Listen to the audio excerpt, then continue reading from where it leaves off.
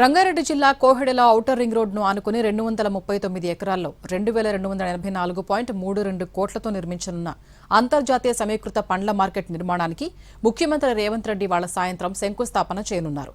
అలాగే 4 ఎకరాల్లో నిర్మించనున్న సమీకృత సబ్ రిజిస్ట్రార్ కార్యాలయ భవనానికి కూడా ఆయన భూమి పూజ చేయనున్నారు. ఆ తర్వాత అక్కడే ఏర్పాటు చేసిన భారీ బహిరంగ సభలో సీఎం ప్రసంగించనున్నారు. ఇందుకు సంబంధించి అన్ని ఏర్పాట్లను అధికారులు పూర్తి చేశారు. ఈ కార్యక్రమానికి రాష్ట్రం నలుమూలల నుంచి రైతులు వచ్చే అవకాశం ఉండడంతో దాదాపు 30,000 మంది కూర్చునేలా సీటింగ్ ఏర్పాటుతో 3 భారీ వాటర్ ప్రూఫ్ షెడ్లను అధికారులు వేయించారు.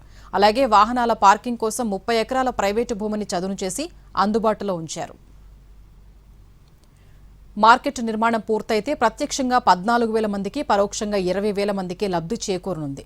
ఏటా మార్కెటింగ్ శాఖకు 8,000 కోట్ల ఆదాయం వచ్చే అవకాశం ఉందని అంచనా వేస్తున్నారు. పండ్లు, పూలు, పాడి, మాంసం ఉత్పత్తుల ఎగుమతులు, దిగుమతులు జరిగేలా ఈ ప్రాజెక్టును నిర్మిస్తున్నారు. ఉత్పత్తుల్ని దేశ విదేశాల్లో అమ్ముకునేలా మార్కెట్ రూపుదిద్దుకుంటుందన్నారు.